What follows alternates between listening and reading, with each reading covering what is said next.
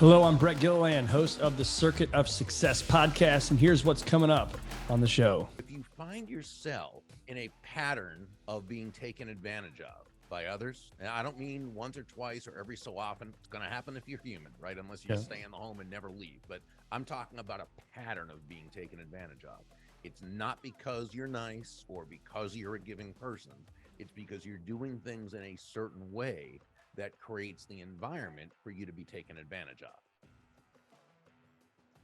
Welcome to the Circuit of Success. I am your host, Brett Gilliland, and I'm fired up today because I've got Bob Burg with me. Bob, how you doing? Great. I'm fired up to be with you. Thank you for Awesome. having me. Hey, we got great taste already, I can tell. We got the same microphones. That's right. There's nothing but the best here, right? I mean, these are great mics.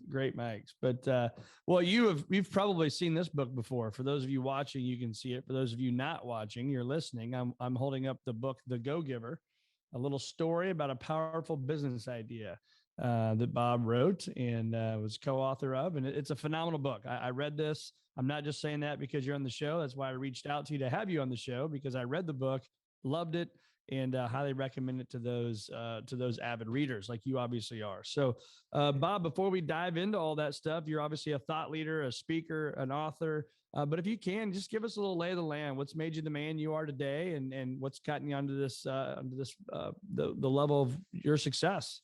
Well, I was very fortunate to be brought up by fantastic parents. So I think that's always an amazing advantage when you have that.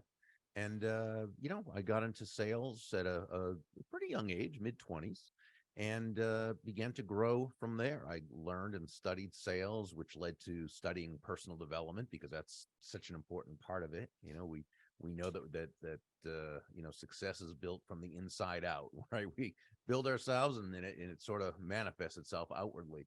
So I really love that. And after some time of working my way up eventually to sales manager of a company, I began teaching others, or I was asked to come in and speak to some other sales groups. And I thought, wow, this is pretty cool. Maybe I could kind of do a business like that, and learned how to do that. Joined the National Speakers Association and learned how to have a professional speaking practice. And from there, I've been very, very fortunate to do this for quite a while now. That's great. So what made you write the book? Like, what stage of your career were you in when you wrote this? Well, I know you've written multiple books, but specifically, The Go-Giver. Yeah.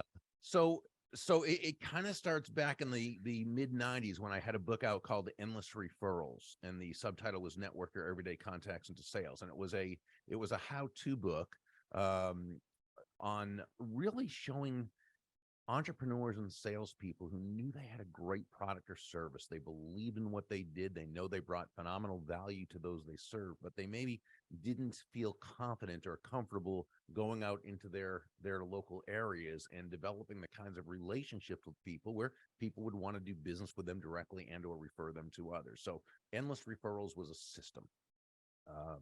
What is a system? Well, it's basically the process of predictably achieving a goal based on a logical and specific set of how-to principles, right? If it's been proven that by doing A, you'll get the desired result of B, then you know that all you need to do is A and continue to do A, and you'll get the desired result of B. That's what Endless Referrals was. Its basic premise was that all things being equal, people will do business with and refer business to those people they know, like, and trust. And so that was sort of my first big book. Now, through the years, though, I'd always read business parables. And whether it was a long form one such as Og Mandino's Greatest Salesman in the World, or Klassen's Richest Man in Babylon, or all the great Blanchard and Johnson's 1 Minute series, and throughout the years, and there were always so many fantastic ones. And I always loved reading them because stories, I think we all know, connect on an even deeper level, right? Than how to. And I thought, wouldn't it be great if we could take that basic premise, the know, like, and trust, and turn that into a story? And so I was lucky enough that my editor-in-chief at a magazine I used to write for, John David Mann, had already had a reputation within his niche as a brilliant writer, author, storyteller. And I asked him if he would get together with me on this idea that I had. And it was a roughly sketched out idea for the Go Giver. It certainly had not been developed, but he's a great writer. I'm a how-to guy. I'm step one, Right. step two, step three. John's a magnificent storyteller. So, we collaborated on it. And that's really how the Go Giver started. And that That's came great. out, at the very end of 2007. So effectively 2008, and kind of gone from there. Love it. So let's talk about the kind of the concept of the Go Giver. I think most of the times, especially on, in the world we live in today, it's all about the go getter. And but in your book, in this book, you paint a better picture of being the go giver as your first priority. So instead of the go getter, let's be the go giver. Hence the name of the book. So let's kind of set the stage for that. What's that mean to you? So let's take it even a little deeper if we can. Okay. It always comes back to how we define terms, of course, right? Absolutely. And look at a go-getter as someone who's just focused on the getting. Yeah, the go-getter wouldn't be. But what if we looked at a go-getter as just someone who takes action, right? Now, we love that. We love people who take action, right? Because you've built a huge financial services investment practice, and that you can have the greatest ideas, the best thoughts, the greatest of intent, but unless action's put into the mix, nothing's going to happen. So we want people to be go-getters, people of action, and go-givers. Now, a go-giver is simply someone who understands that shifting their focus, and this is the key, shifting their focus from getting to giving is and in this case, when we say giving, we simply mean constantly and consistently providing immense value to others. Understanding that doing so is not only a more pleasant way of conducting business, it's actually the most financially profitable way as well. Not for some kind of way out there, woo-woo, magical, mystical reasons. Not at all. It's actually very logical, very rational. When you're that person, Brett, who can take your focus off yourself and instead place it on serving others, discovering what they need, what they want, what they desire. When you can move off of yourself and focus on helping people solve their challenges, helping to bring them closer to happiness, people feel good about it. They feel great about you. They want to get to know you. They like you. They trust you. They want to be in relationship with you. So it just is very natural. Now, so we would say this: be a go-getter and a go-giver, but don't be a go-taker. And that's strong. The go-taker, that's the person whose focus is just on the take, right? And it's take without having to add value, without thinking they have to add value to the person, to the process, to the situation.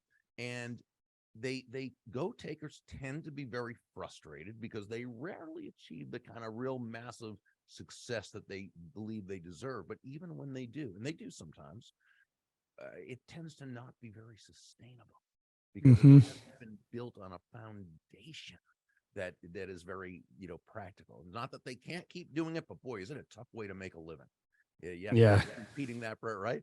And so we would say, when you combine go-getter and go-giver, stay away from go-taker. Now you've really got a situation where you're in a position to bring some immense value to others. And remember, and I think this is so key. I often say this when I'm speaking at a sales conference. It's the first thing I'll say, and that is, nobody's going to buy from you because you have a quota to meet.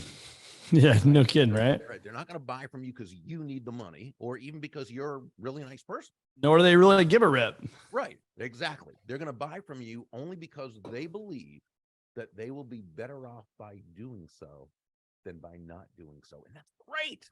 Yeah. Because it means if you have a heart for serving others, you very naturally want to bring the best you can to another human being. And in that, creates that environment for that know, like, and trust to occur and the business to take place. Yeah, I love that. And I love the fact that you mentioned the action part. That's one of the circuit of success is action, right? People are like, you can sit around and, think about it, pray for it. It's going to happen. But, you still have to take action. You still got to go do it. And I love the fact that you don't skip out on that point of just saying, oh, give. Because you do, even to give, right? Whether it's your time, your talent, your treasures, you still have to take action, right? Absolutely. I still got to show up to that event. Right. I still got to have it in my heart to write that check. So my question for you on this go giver part, because I gave a speech maybe 2 or 3 weeks ago, and there was a group of young professionals there, and this guy in his low 20s asked me, what advice would you have now looking back after 2 decades for somebody in a position like his? And I said, take the meeting. Take the meeting. I think so many times now in our world, people are like, well, what am I going to get paid for this? Or what am I going to get paid for that? And well, my time is worth X. I've spent a whole career. I've gone and done a million things for free, right? It doesn't mean you don't want to get paid for your time, but I also believe go, trust, have faith that good things can happen when you get out there. And my belief is that's probably what you mean by those endless referrals. And that's what's happened for me over 2 decades, is to get referrals and build a business like that, because you just go and you give and you have no concept of what's coming back for you. A lot of times you don't. I say giving without attachment to the results, and because I expect good things all the time, Yeah. but you have to do it without attachment. And it doesn't mean we're not strategic. It doesn't mean we certainly don't have maybe a niche market that we're pursuing and that we're creating those relationships and so forth. It just means you leave yourself open. And now I do want to say one thing, because this brings up a question with a lot of people, only I think because of the name Go Giver or title, and that is, well, can you be taken advantage of if you do that? And it's a good question, and it's a human question to ask. And the answer is yes, anyone can be taken advantage of, because that happens in life sometimes. But if you find yourself, not you, but I mean, if a person finds collectively in a pattern of being taken advantage of by others, and I don't mean once or twice or every so often, it's going to happen if you're human, right? Unless you stay in the home and never leave. But I'm talking about a pattern of being taken advantage of. It's not because you're nice or because you're a giving person. It's because you're doing things in a certain way that creates the environment for you to be taken advantage of.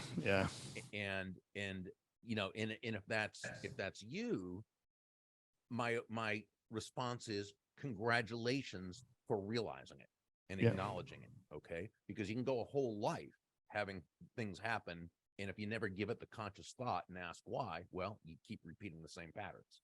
So if someone understands that this happens, then it's a matter of asking, okay, why? What is it that I'm doing, or how do I feel about myself? Or, what is this reason that this thing keeps happening? Whereas other people do all these great things and go out there and put themselves out. And not only do they not get taken advantage of, great things seem to come back to them all the time. So we always have to go deeper and check our premises and understand why these things are happening. And it's always unconscious.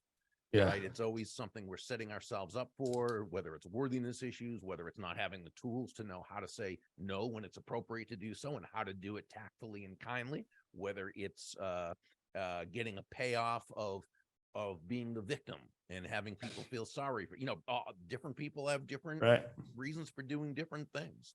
If you ever read the 1960s book, it was published in 1960, written by Maxwell Maltz, called Psycho-Cybernetics. Beautiful book. And he talked about how our belief system, which is unconscious by its very nature, our unconscious belief system absolutely drives our thoughts, our words, our actions, and we're not even aware of it until we make the unconscious conscious. And it's so true. I mean, it's where I was actually going to go next, so you led me right into it. Is so there's attitude, your belief system, your actions ultimately get you the results. That's the circuits of success I've talked about for so long.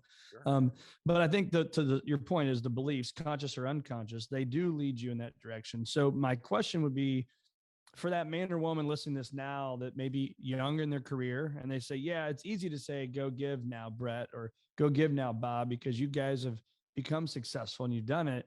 But what did you do early in your career? Or for the person that may still not be young, quote unquote, young in age, but they're young in their new business they've started, and they're like, gosh, I need this sale, right? I need to sell that widget so I can pay my mortgage next month. What advice you have for them? Wonderful question. And it basically, the question comes down to, this go-giver stuff sounds really nice. And, once I have the money and don't really need the business that much, then I'll focus on others and do all that, that great stuff. So there's a false premise at work here. And that false premise is that you're actually going to sell more, that you're going to sell better, that you're going to have more people wanting to do business with you because you're thinking about yourself and the money. Yeah. And it's just not right. It's just not true. Okay. So I would take a person through this exercise. Let's say you're the prospect and I'm the salesperson and I need the money, or I'm just starting out. Gotta have it. Yep. Got to have that money. I need that money. Okay. So I'm going to go in there and that's my goal, is to transfer the money from your pocket to mine, is basically what it comes down to. Yep. Okay. Which I think comes across on some level to that person is doing it. And that when I was younger, we used to call that commission breath. That's literally what I was getting ready to say. We called it that same thing. We probably got it from you. And so, so I'm going to go in there. I'm going to ask some questions, which I've been trained to ask because that's how you do it. But I'm not really listening to understand what Brett needs, wants, and desires. I'm listening so that I can have enough information to sharp angle you into a close and get your money. Okay. I'm going to, when you have an objection, I'm going to be a little defensive about it, probably, because your objection's standing in the way of this money that I need. So yeah, I'm going to go through the standard answers of the objections and again, try to sharp angle you and overcome the objection. Right. But there's sort of that attitude to it. I'm going to be closing early and I'm going to be closing often because I need money. Yeah. And so at the end of this sales conversation, I would ask the question, are you going to be more likely, all things being equal, more likely or less likely to buy from me right now? And I would say probably less likely. So now let's take another situation. I'm the same person. I need the money. Okay. But here's what I'm going to do. Now, first, I'm not going to deny my self-interest, because successful people live in truths. They don't deny what's true. Yep. They don't get stuck on it. They utilize it in order to propel forward, but they acknowledge truths. And by the way, we're all self-interested because that's how our cave person ancestors created more generations right. So we're self-interested. But what I'm going to do, Brett, is rather than act on this self-interest, I am going to temporarily suspend my self-interest so that I can put my focus totally on you. All right. So now I'm going to ask questions. But I'm not just asking questions. I'm now really listening. I'm listening with my entire posture, my body.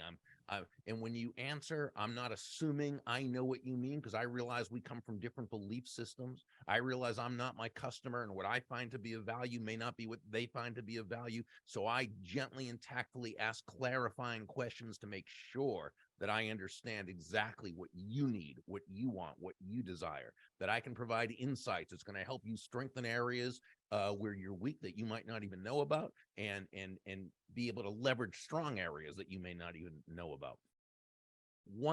Only once I totally know that I know your desires, am I going to connect the benefits of my product or service with what you're looking to accomplish. When you have an objection, I'm going to welcome that objection. And rather than give some standard answer, we're going to together work within the context of the objection in order to understand the root of it and where it's really coming from. And we're going to work through it together to advance the sale. Yep. And Brett, by the time I ask you to take action, okay, you're simply choosing to take action on something you've already told me that you want to do. Yeah. Mainly, you know that I have your well-being at heart. Now, the question again, all things being equal, are you more likely or less likely to buy from me than you were from the other? Yeah, 100% more likely. And I think the key there is, I would say ADT, ask, don't tell. It's you asking great questions versus if you tell me I need this thing, you need this ink pen, Bob, you need this ink pen, versus asking me why I would need an ink pen and what that would do. I think that's a key concept right there. And when you're desperate, you tell. Yeah, you're right. And so that's what I would say to that person, that understand that by focusing on the money, you're much less likely for that sale to take place. John David Mann and I say this, okay? Money is simply an echo of value. Money is an echo of value. It's the thunder, if you will, to value lightning. John said that. He's much more poetic than I am. Right? And what it really means, what it comes down to, Brett, is this: that your focus must be on the value you're providing that person. The money you receive is simply a natural result of the value you provided. Yeah. Yeah. Couldn't agree more. Couldn't agree more, Bob. So let's talk about your craft, right? I mean, you've done this for a long time, and whether it's writing books, speaking, coaching, whatever you're doing, how much time are you spending working on your craft? So working on you versus necessarily being in the weeds, working on a certain project for maybe a client. How much work are you doing on yourself? Much more on myself because there's Yeah. so much I have to still work. I'm 64. I'll be 65 pretty soon, Brett. And I Okay. can tell you, the older I get, the more I know how much I still need to work on. Yeah. I just think it's so important. Um, But isn't that amazing? Because most would think you've got it figured out, right? I'm oh, 64 years old. I'm successful. I'm this, I'm that. This guy's got it figured out, but we're all still working on it together. yeah, exactly. I think it's, I think, and this was the best thing that happened to me when I got in sales. It wasn't just the sales teaching. Now, I studied, I got books and this is again back in the mid 80s, I think. Yeah. And I got books by Tom Hopkins and Zig Ziglar. And I started, Brian Tracy, all these icons. I mean, just wonderful, fantastic teachers and amazing. And that was great. And it helped me a lot. But the best things they told me also was that I had to read other books. And I had to read the How to Win Friends and Influence People. I had to read The Magic of Thinking Big. I had to read Think and Grow Rich. I had to read, Let me interrupt. For those listening right there, go rewind this 15 seconds and write down every book he just mentioned. They're all phenomenal. Thank you. I'll tell you another one too. Watching on the screen, I just moved my microphone and reached for another book. One of the greatest books too, and another one that I just think is a must read. I didn't learn about this one till maybe 2003 or something. But the Science of Getting Rich by Wallace D. Wattles. It was written in 1910. They just did a retro version, they call it, and this is actually his original writing. So a lot of people have, because the copyright ran out, a lot of people redid the book and put their own things on, which is okay, but I always like the original. And sure. So this retro version that you can see at Amazon is the best one to get, written in 1910. And yeah, while his focus where he does talk about getting rich in terms of financial, it's all areas of life. You can't really excel in one without it carrying over in a sense when they're principle based, universal laws. So when we talk about success, we're talking about sure financial, but also physical, spiritual, mental, emotional, relational, social, what have you. And this is I probably read this book 35, 40 times. It's very short, and it just has such magnificent information. But you have books like one of the best of all time is a book written in I think this was written in 1906. It's called Peace, Power, and Plenty by Orison Swett Marden. He was actually the founder of Success Magazine. And many people consider him the father of the modern day personal development movement. I couldn't even, this is a original edition. I couldn't even write in it. I had to just do write on the little yellow sticky notes. But, you think about it, the title, Peace, and he's talking about inner peace, power, which is the power over oneself, not over others. Okay. But power over oneself, the ability to master one's emotions. And it's just so, and then plenty, which is what? Prosperity. So you've got that's solid. Every page is a gem, and it has. So I think when we look at continuing to develop ourselves, we can never go wrong, right? Because there's so much fantastic information out there. Yeah. That's incredible. So let's talk about that. You hear that all the time, the chicken or the egg, right? Which is it, the chicken or the egg, and which comes first? But in your book, you talk about that typically the more successful people, and I'm reading this from the book. I can't remember what page it's on, but it says typically the more successful people are, the more they are willing to share their secrets with others. Right. And I used quotes over secrets because really there is no secret. Yeah. There's no secret. Right. that was more, what do you call it when you take writers, when you're being more, I can't even think of the word, but there's no secrets. No, absolutely. But again, my chicken and the egg concept is because it is the person that's willing to share are they successful because they're willing to share, or are they successful therefore they're willing to share? I have my philosophy, so I'd love to know yours. Yeah, mine is, and I'm not sure which is the chicken or which is the egg part, but Exactly. how a person is Yep. that dictates what they do. So, when we talk about somebody who let's say somebody gives a lot to charity, okay? Typically, they were giving to charity when they were making almost nothing. Yep. Okay. Very rarely is there somebody who's not charitable, all of a sudden has a successful business and they're making millions and millions, and then all of a sudden they become very charitable. And very rarely, unless they're doing it to show off or for some ulterior motive. Right. No, typically, money just makes us more of what we already are. And so, so someone who has a giving spirit and a giving name, that's how they built their business, right? And so it's that person who, and this goes back to that young person you're talking about, or that person even who's young in their new career, who says, well, I've got to get something going. I've got to get something started. Okay, good. Find a way to bring value to others. Yeah, both your direct marketplace, but also everyone else. Okay. And because everything connects in some way. Yeah. And so find ways, discover, and also understand that what you believe to be of value isn't necessarily what they believe to be of value. Yep. Value is value, which is different than price, right? Price is a dollar amount.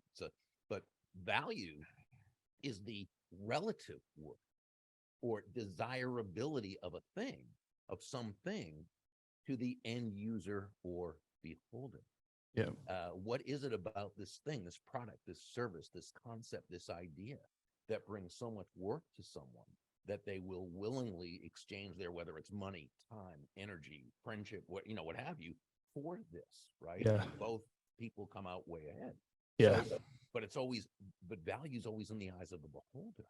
So it's not what we think is of value or what we think they should think of that. And that's why it's so important, as you talked about earlier, to ask questions and listen. Yeah. We can't know because we're not them. Yeah.